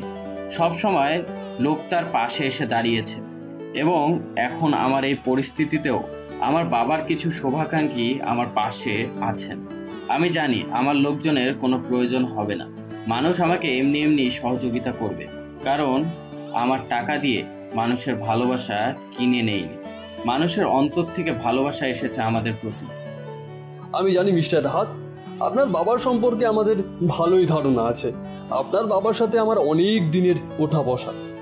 আপনার বাবার সাথে আমার বন্ধুর মতো সম্পর্ক ছিল। আপনার বাবা কোনোদিন কোনো বিরোধী দলকে বিরোধী দল বলে মনে করেননি, নিজের দল মনে করেছেন এবং মানুষের পাশে থাকার চেষ্টা করেছেন। তাহলে আপনি আমাকে কিভাবে এই প্রস্তাব দিলেন আমি একা নির্বাচন করব? আমি কোনো দলের হয়ে নির্বাচন করব না। কিন্তু আপনি যখন বলছেন আপনাকে একটা সুযোগ দিতে চাই, আমি জানি আপনি এই নির্বাচনে জয়লাভ করবেন, কারণ নির্বাচনে সবচেয়ে বড় দল আপনি। বিপরীত পক্ষে আমার বাবা ছিল, কিন্তু আমার বাবা বর্তমানে দল বন্ধ করে দিয়েছে। তাই আপনি এই নির্বাচনে যোগাযোগ করবেন এবং আপনি সরকার হিসাবে দায়িত্ব পালন করবেন। আপনাদের সাপোর্ট যদি থাকে তাহলে আমি নিশ্চয়ই চেষ্টা করব শক্তভাবে দেশের দায়িত্ব পালন করার। আমার সব লোকজন তৈরি আছে কাজ করার জন্য, এবং আমি আপনার বাবার মতো রাজনৈতিক নেতা হতে চাই। আপনার বাবার আদর্শ আমার মধ্যে আছে, তাই আমি চাচ্ছিলাম আমি সরকার হলে আপনি যেভাবে বলবেন সেভাবেই করতে, আপনি যদি আমার পাশে থাকেন। দেখুন, যদি কোনো দলের হয়ে আমি নির্বাচন করি তাহলে মানুষের পুরোপুরি ভালোবাসা আমি পাবো না, কারণ সব মানুষদের সব দল পছন্দ করে এরকম নয়। সেজন্য আমি জনগণের পক্ষ থেকে নির্বাচন করতে চাচ্ছিলাম। আপনি যদি আমাকে সহযোগিতা করেন তাহলে একটা বিষয় সহযোগিতা করতে পারেন। আমি চাচ্ছিলাম আমি যদি নির্বাচনে জয়লাভ করি তাহলে আমাকে একটা মন্ত্রী পদ যেন দেওয়া হয়। সেই মন্ত্রী পদটা কি সেটা আমি বলে দিই। আমাকে রেলমন্ত্রী বানাতে হবে। যদি এই প্রস্তাবে রাজি থাকেন তাহলে আমি আপনাকে সহযোগিতা করতে পারি। অবশ্যই, আপনি যেটা বলবেন সেটাই হবে। আমি আপনাকে এই পদ দিব, কিন্তু আমাকে সহযোগিতা করতে হবে। আমি বলছি না আপনি আমার দলের হয়ে নির্বাচন করেন, তবে আপনি যদি বলেন তাহলে অবশ্যই কিছু মানুষ আমাদেরকে সাপোর্ট করবে। যারা আমাদের বিরোধী আছে তারাও আমাদের পক্ষে চলে আসবে, কারণ তারা আপনার বাবার অনেক বড় ভক্ত ছিল। আমি আপনার দলে সরাসরি কোনো মিটিং মিছিল কিছুতেই যোগদান করতে পারবো না। আমি স্বতন্ত্রভাবে নির্বাচন করতে চাই, তবে আপনার অবস্থা সম্পর্কে আমার ভালো করে ধারণা আছে। তাই আমি চেষ্টা করব সবাইকে বোঝানোর, যাতে আপনাকে সবাই নির্বাচন করে। আপনার এই কথাটাই আমাদের জন্য অনেক বেশি কিছু। আমি সর্বোচ্চ চেষ্টা করব আপনাকে এই মন্ত্রীর পদ দেওয়ার জন্য। শুধু আমাকে নির্বাচিত হতে দিন, এরপর আমি নিশ্চয়ই চেষ্টা করব। সব কিছু যে কোনো সহযোগিতার জন্য আমাকে বলবেন, আমি সব সময় প্রস্তুত আছি আপনাকে সহযোগিতা করার জন্য। এরপর আরিফ সাহেব চলে গেলেন।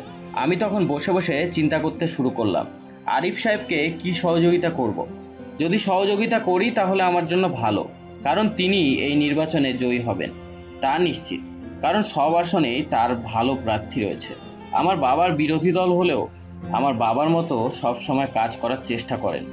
একজন সৎ রাজনৈতিক নেতার জন্য তাকে আমার বাবা অনেক বেশি পছন্দ করেছিল এবং আমারও অনেক পছন্দ। আমি তখন ইমরানকে বললাম, ইমরান তুমি খোঁজ নিতে শুরু করো, আরিফ সাহেবের ব্যাপারে সব ইনফরমেশন জোগাড় করবে। আমি আরিফ সাহেবকে সহযোগিতা করব, কিন্তু সেটা সবার আড়ালে। স্যার, আপনি কোনো চিন্তা করবেন না, সব কিছু ঠিক হয়ে যাবে। আমি সব বিষয়ে দেখাশোনা করতেছি। আপনি শুধু সময় মতো সঠিক সিদ্ধান্ত আমাকে জানিয়ে দিবেন, এরপর আমি বাকি কাজগুলো করব। আপনাকে এই বিষয় নিয়ে কোনো টেনশন করতে হবে না। আমি ইমরানকে পাঠিয়ে দিলাম। এভাবেই দেখতে দেখতে দিন যেতে শুরু করলো। যত সময় যাচ্ছিল তত নির্বাচনের তোড়জোড় শুরু হচ্ছিল। এদিকে আমার বোনের অবস্থা দিন দিন উন্নতি হচ্ছিল। এখন সে আস্তে আস্তে হাঁটতে পারে। প্রায় 5 মাস কেটে গেছে। নির্বাচনে আমেজ শুরু হয়েছে। চারদিক থেকে ঝামেলার ফলে অনেক সময় আমাদের বাড়ির বাইরে থাকতে হতো, কিন্তু এই কয়েকদিনে ডক্টর নিশা আমাকে অনেক বেশি সহযোগিতা করেছে। মানুষটা একটা টাকাও নিচ্ছিল না, সাথে আমার বোনের অনেক সেবা যত্ন করছিল। আমি তো তার প্রতি চিরকৃতজ্ঞ। তিনি ইঞ্জেকশন দেওয়ার জন্য আসবেন, সেই জন্য আমি অপেক্ষা করছিলাম। উনি আসার পর আমার দিকে তাকিয়ে একটা মুচকি হাসি দিয়ে বলল, কি ব্যাপার মিস্টার রাহাত, আপনাকে অনেক খুশি খুশি মনে হচ্ছে। আপনার বোন তো সুস্থ হয়ে গেলেন, এখন থেকে তো আমাকে আর লাগবে না। কি বলছেন ডক্টর? আপনাকে লাগবে না মানে? এখনও তো 6 মাস গেছে, এখন আরও 6 মাস ইঞ্জেকশন দিতে হবে। তবে আপনি যে সহযোগিতাগুলো আমাকে করেছেন সেইগুলোর কথা আমি কোনোদিনও ভুলতে পারবো না। আপনার কাছে আমি চিরকৃতজ্ঞ।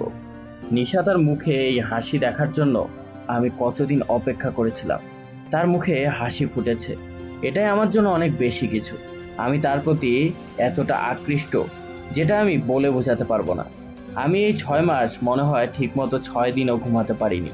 চোখ বন্ধ করলেই তার মুখটা আমার চোখের সামনে ভেসে উঠত। আমি আর এইভাবে থাকতে পারছি না। মায়ের সাথে কথা বলেছি, মায়ের কোনো আপত্তি নেই। আমি তাকে আমার ভালোবাসার কথাটা বলে দিতে চাই।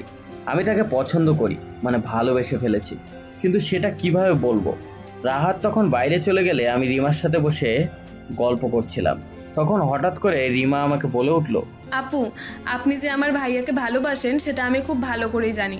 আমি শুধু লক্ষ্য করেছি আপনি আসার পর থেকে শুধু ভাইয়ার দিকে তাকিয়ে থাকেন। তবে ভাইয়াকে প্রেমের ফাঁদে ফেলতে হলে আমার কাছ থেকে ট্রিক্স গ্রহণ করতে পারেন। এই কথা শোনার পর আমি রিমার দিকে তাকিয়ে আছি। রিমার সাথে এই কয়েকদিনেই অনেক ভালো বন্ধুত্ব হয়ে গেছে।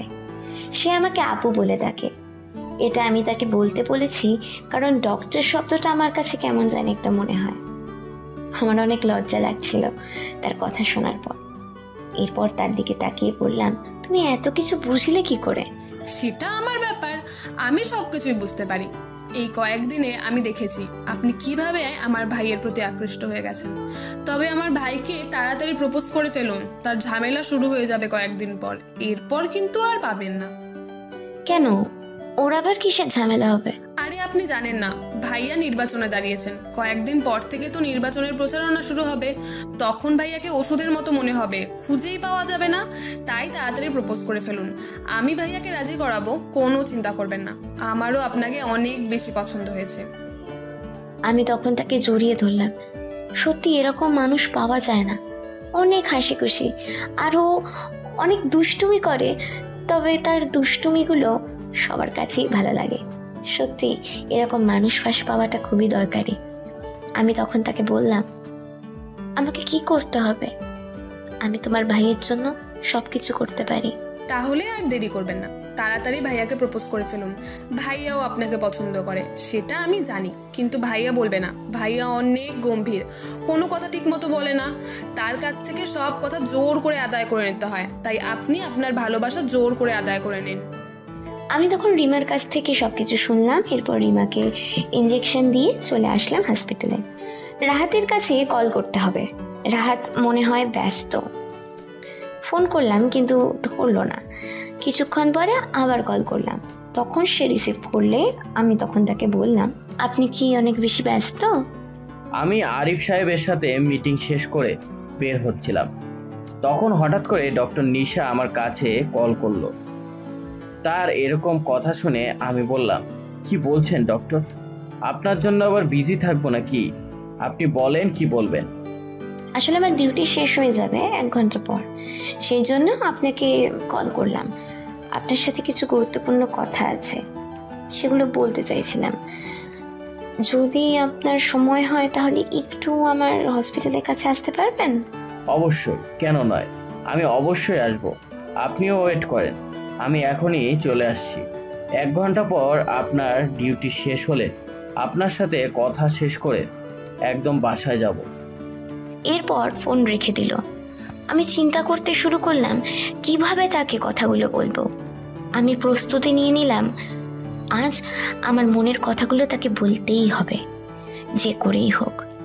আমাকে আজকে সব কিছু পাকাপাকি করতে হবে, না হলে সব কিছুই শেষ হয়ে যাবে। সেই জন্য প্রস্তুতি নিতে শুরু করলাম। আমি তখন নিশার হসপিটালের কাছে চলে গেলাম। ওখানে যাওয়ার পর অপেক্ষা করতে শুরু করলাম। প্রায় 1/2 ঘন্টা পর সে চলে আসলো। আমি তখন তার দিকে তাকিয়ে আছি। তাকে আজকে অনেক বেশি সুন্দর লাগতেছে। সাধারণত সে ডক্টরের পোশাক পরে সব সময়, কিন্তু আজকে সেই একটা 3 পিস পরেছে, যাতে তাকে অনেক বেশি সুন্দর লাগতেছে। তখন সে আমার সামনে এসে বলল, চলুন, এখানে কথা বলা যাবে না, আমরা কোথাও গিয়ে বসি। এই কথা শোনার পর রাহাতের চিন্তা হতে শুরু করলো কোনো গুরুত্বপূর্ণ বিষয় কিনা সেটা জানার জন্য। এরপর তারা দুজন গিয়ে একটা রেস্টুরেন্টে বসলো। তখন রাহাত জিজ্ঞেস করলো, ডক্টর, আমার অনেক বেশি চিন্তা হচ্ছে। আমার বোনের ব্যাপারে কোনো ইম্পর্টেন্ট কথা কিনা সেটা বলুন। আমার বোনের কিছু হবে না তো? আরে আপনি কোনো চিন্তা করবেন না, আপনার বোনের ব্যাপারে কোনো কথা নয়। আমি আমার পার্সোনাল লাইফ নিয়ে আপনার সাথে কিছু কথা বলতে চাইছিলাম। আমি তখন বেশ অবাক হলাম। সে তার পার্সোনাল লাইফ নিয়ে আমার সাথে কেন কথা বলবে? আমি তখন তাকে বললাম, আপনার পার্সোনাল লাইফ নিয়ে আমার সাথে কি কথা বললেন? তখন সে আমার হাত ধরলো। আমি কিছুটা অবাক হলাম। তখন সে আমার হাত ধরে বলল, এই যে আমি আপনার হাত ধরেছি, এইভাবে চিরদিন আপনার হাত ধরে থাকতে চাই। আমি আপনাকে অনেক বেশি ভালোবেসে ফেলেছি, কিন্তু সেটা বলতে পারছিলাম না এতদিন ধরে।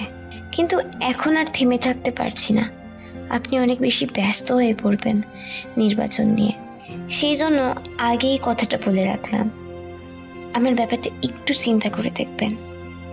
আমি আপনাকে অনেক বেশি ভালোবেসে ফেলেছি। যেদিন আপনাকে প্রথম এভাবে দেখেছিলাম সেদিনই আপনার প্রতি আমার একটা অনুভূতি কাজ করা শুরু হয়েছে।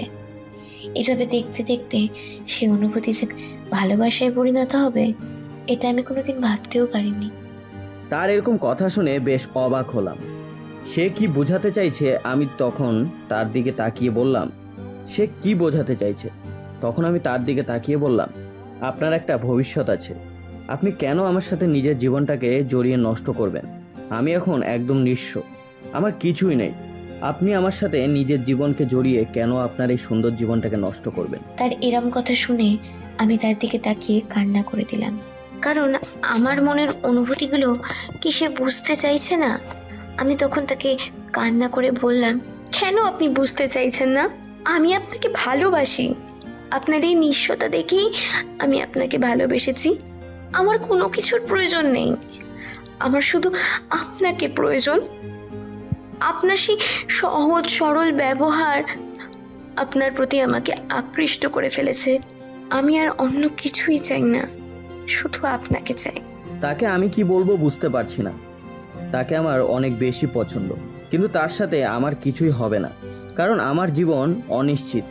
আমি নির্বাচনে জয়লাভ করতে পারবো কিনা সেটা নির্বাচন না আসলে বোঝা যাবে না, কিন্তু এর আগে তাকে আমার সাথে জড়িয়ে তার এই সুন্দর জীবন আমি নষ্ট করতে চাই না। আমি তখন বললাম, প্লিজ আপনি এরকম করবেন না। আপনি যে বিষয়টা বলছেন সেটা আমি জানি, আমি আপনাকে পছন্দ করি, কিন্তু আমার জীবন অনিশ্চিত। আমি নির্বাচনে জয়লাভ করতে পারবো কিনা সেটা এখনো নিশ্চিত নয়। আপনি কেন আপনার এই সুন্দর জীবনটা নষ্ট করবেন? আমার মায়ের কোনো আপত্তি নেই। পৃথিবীতে আমার মা ছাড়া আর কেউ নেই। আমার মা আমাকে হাসি খুশি দেখতে চান, আর আমি আপনাকে নিয়েই হাসি খুশি থাকবো এটা আমি বুঝতে পেরে গেছি। সাথে আমার একটা বোন থাকবে, কত মজা হবে। আমি রিমাকে আমার বোনের মতো দেখি। রিমাও রাজি আছে। রিমা আমাকে এই বুদ্ধি দিয়েছে আপনাকে প্রপোজ করার জন্য। প্লিজ আপনি না করবেন না। এই কথা শোনার পর আমি বেশ অবাক হলাম। আমার আড়ালে সবাই এরকম করে বেড়াচ্ছে, আমি কোনোদিনও ভাবতেও পারিনি। তখন তার দিকে তাকিয়ে বললাম, কি বলছেন? রিমা এইসব করেছে? এই আপনি তো বোকার মতো সবসময় ঘুরে বেড়ান, কিছুই জানেন না। রিমা আড়ালে আমাকে বলেছে আপনাকে প্রপোজ করার কথা। সে আমাকে ভাবি হিসেবে মানতে রাজি, কেন আপনি মেনে নিচ্ছেন না? আমি তখন তাকে আর কি বলবো। আমি তখন তাকে বললাম, যদি আপনি আমাকে বিয়ে করতে চান তাহলে আমার এই অবস্থা দেখে বিয়ে করুন, কারণ আমার কিছুই নাই। পরে কিন্তু বলতে পারবেন না আমি আপনার জীবন নষ্ট করে ফেলেছি। কথা দিচ্ছি সারা জীবন এইভাবেই থাকবো, কোনোদিন বড় কিছু আশা করব না। তবে আপনাকে কোনো কিছু চিন্তা করতে হবে না। আমার বর্তমানে যে কেরিয়ার আছে সেটা দিয়ে আপনাকে সারা জীবন বসিয়ে খাওয়াতে পারবো, কিন্তু সে আশা আমি করি না। আপনি যদি বলেন আমি চাকরি ছেড়ে দিতে প্রস্তুত আছি, দরকার হলে আপনার সাথে ডাল ভাত খেয়ে বাঁচবো, এরপরেও আপনার সাথেই থাকতে চাই। এই কথা শোনার পর আমি তাকে জড়িয়ে ধরলাম। আমার মনের গহীনে থাকা অনুভূতিগুলো আজ জেগে উঠেছে। আমি যাকে এতদিন থেকে চাইছিলাম সে নিশা, সেটা আমি খুব ভালো করেই বুঝতে পারছি, কারণ আমি এমন একটা মানুষ ভালোবাসতে চেয়েছিলাম যে আমাকে নিঃস্বার্থকভাবে ভালোবাসবে।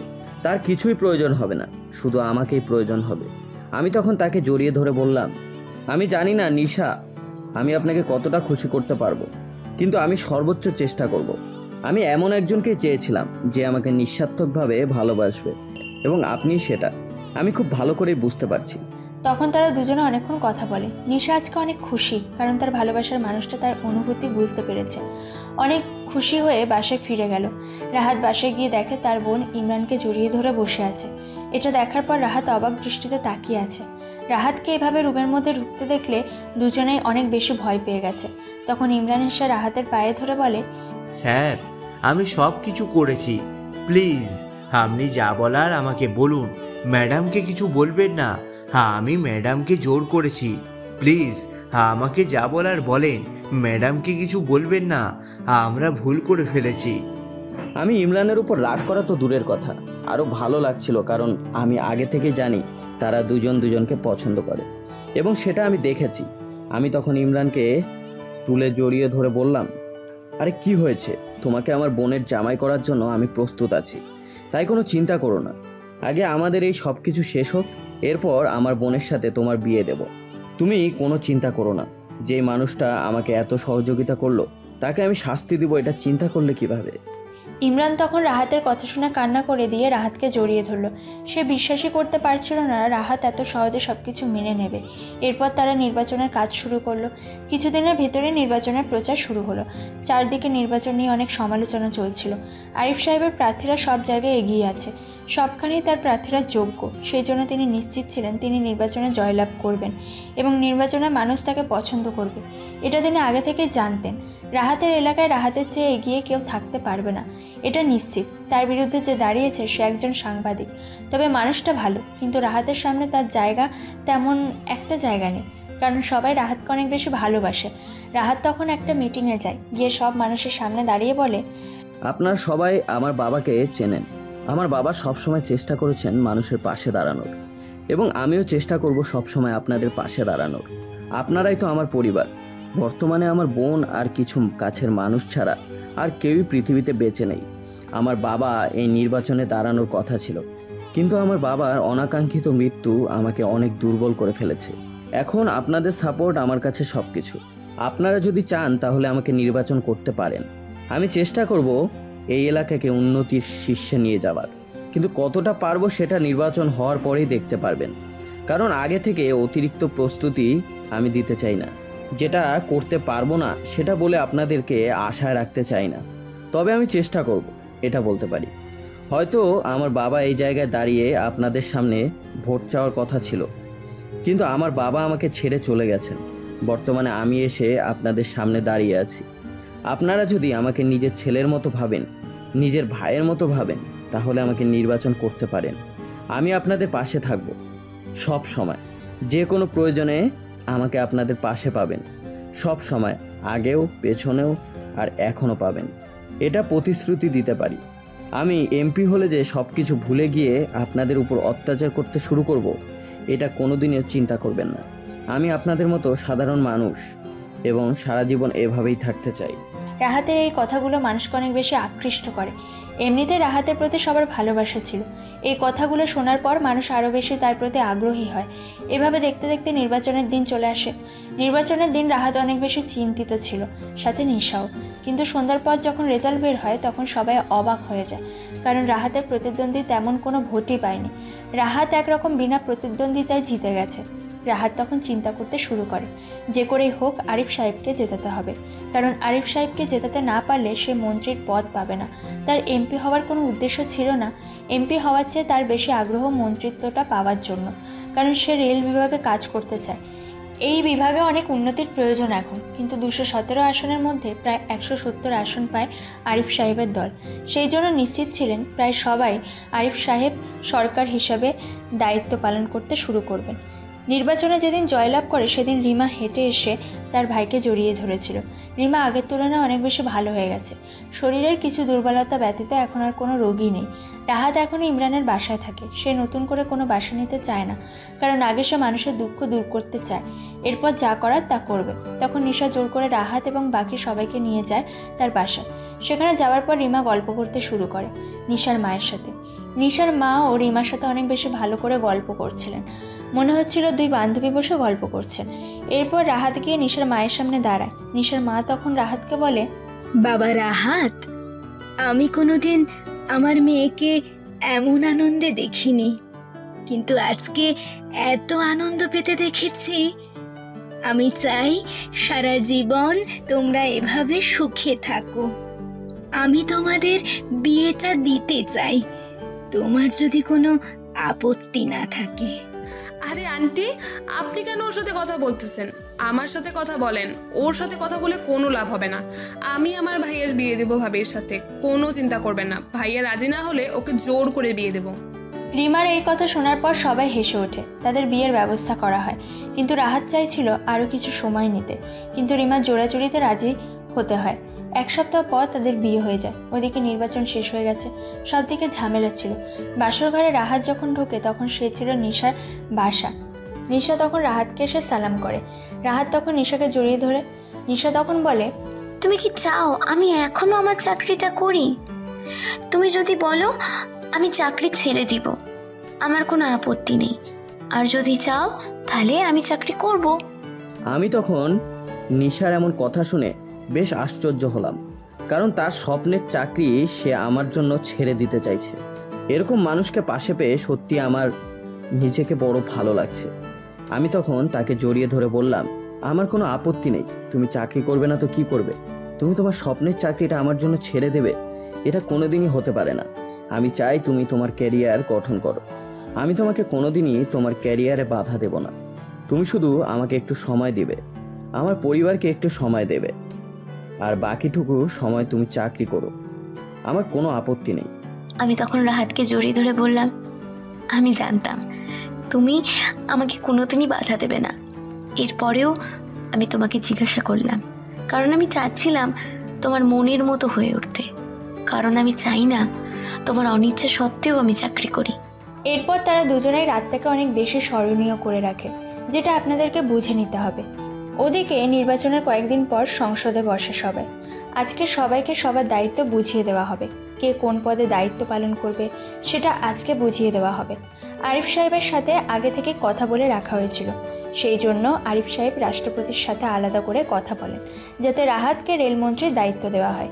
রাহাত এই দায়িত্বটা পালন করার জন্য অনেক বেশি আগ্রহী হয়ে বসে আছে, কারণ তার বাবা মা এই দুর্নীতির কারণে মারা গেছেন।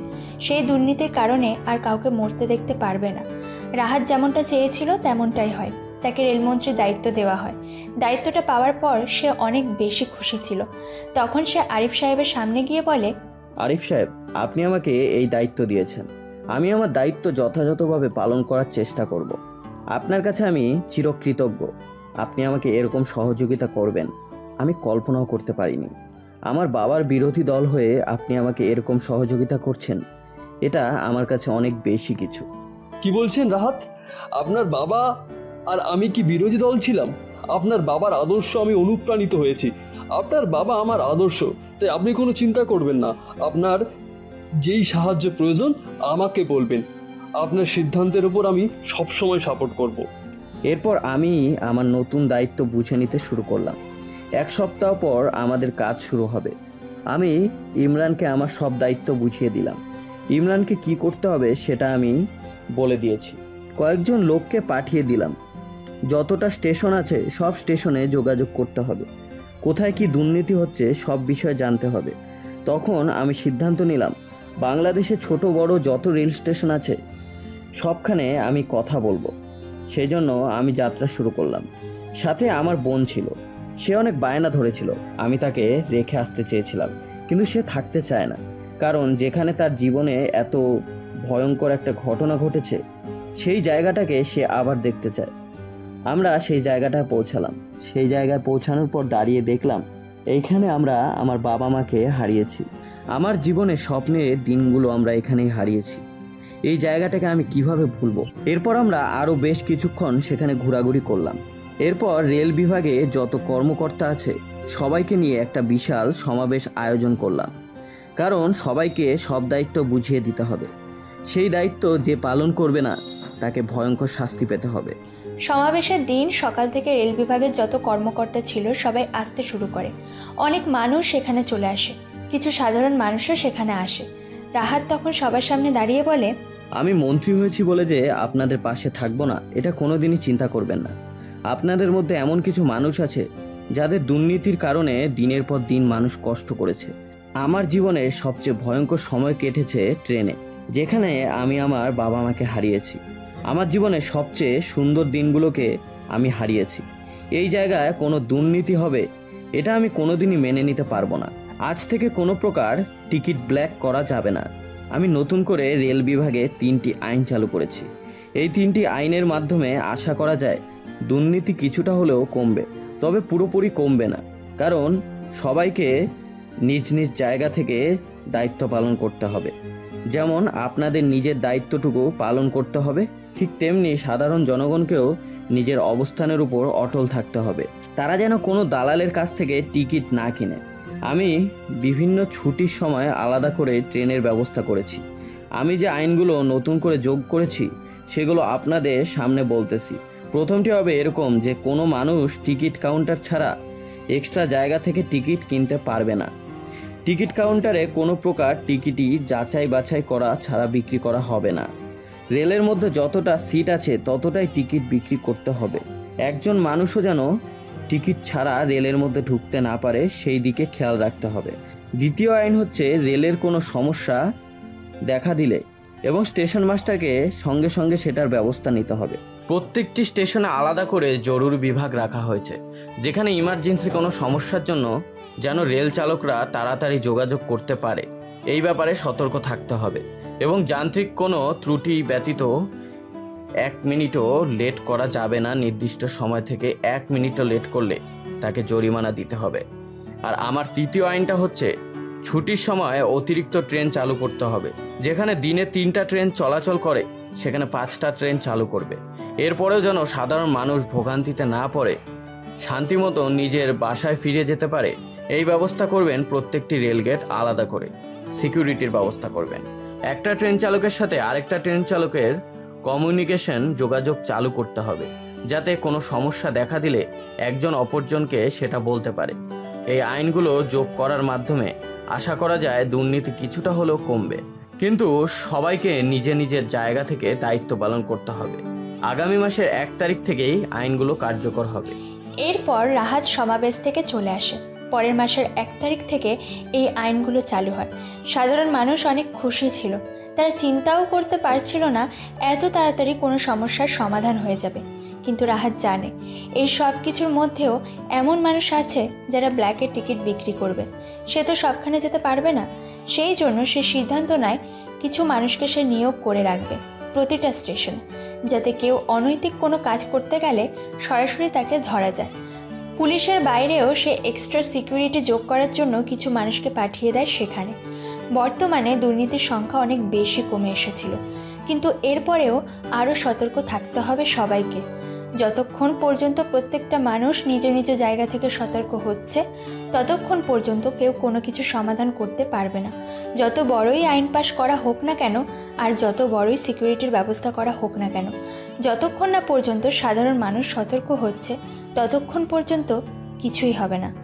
আজ আমার ভালোবাসার মানুষটার জন্মদিন, সাথে অনেক আনন্দের একটা দিন, কারণ আজকে আমি আমার বোনের বিয়ের ব্যবস্থা করেছি ইমরানের সাথে।